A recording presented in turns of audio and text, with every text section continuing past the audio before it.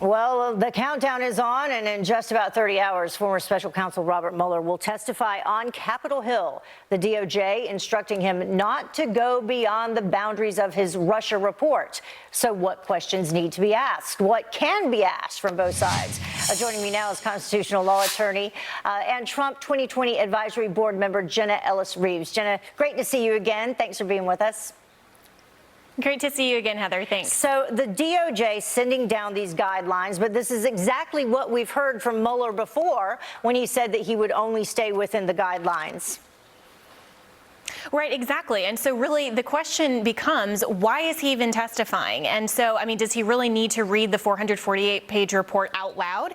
That's basically what Jerry Nadler said with Fox News' Chris Wallace on Fox News Sunday, where he claimed that he wants Mueller to go in front of Congress just because most Americans won't read a 448-page report. But that doesn't get to the legal question here, Heather, is what possibly can Congress do with their oversight authority that hasn't been in the 448-page report, and they can read the full redacted version.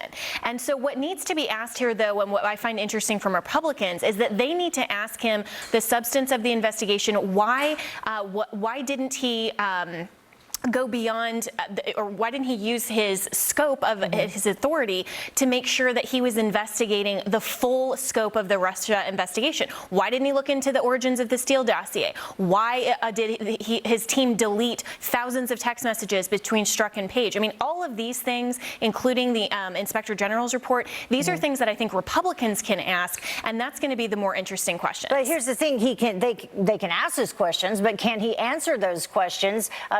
Specifically, as a result of, we can pull this up, we have it exclusively, the letter to Robert Mueller that we were just discussing, that he's supposed to stay, within the bounds of the report itself, because he even said back in May, I would not provide information beyond that which is already public in any appearance before Congress. So can he answer those questions?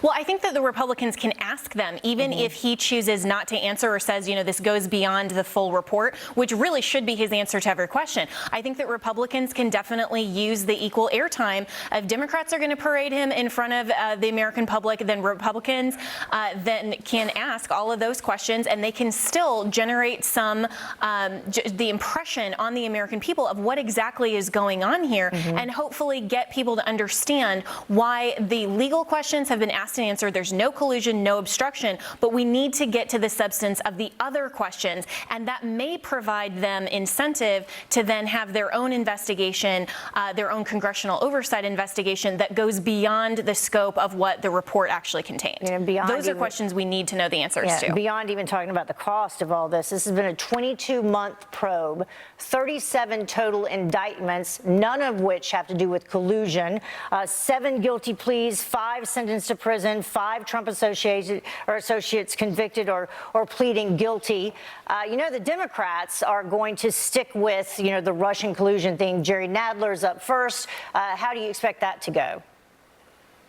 Yeah, I think that that's going to be a complete circus. I mean, again, Jerry Nadler is saying on Fox News Sunday, we hope that this doesn't end up being a dud. Does he want a $200 million box office fee because Americans are going to be sitting there watching with popcorn? That's what it sounds like. And so we can expect from Jerry Nadler the same thing that we always expect from Nadler, which is a complete and total circus that's just Trump bashing. And so what the American people need to understand with this, there's nothing that goes at all against President Trump. Those questions have been asked and answered and completely put to rest. This is nothing more than the Democrats just wanting to Trump hate. All right, well, we're out of time, but on top of all of this, there are reports that came out last night that the DOJ is, some sources within the DOJ are saying that IG report that you mentioned will include information that Comey was running a, quote, covert operation against President Trump. So much more to come on that.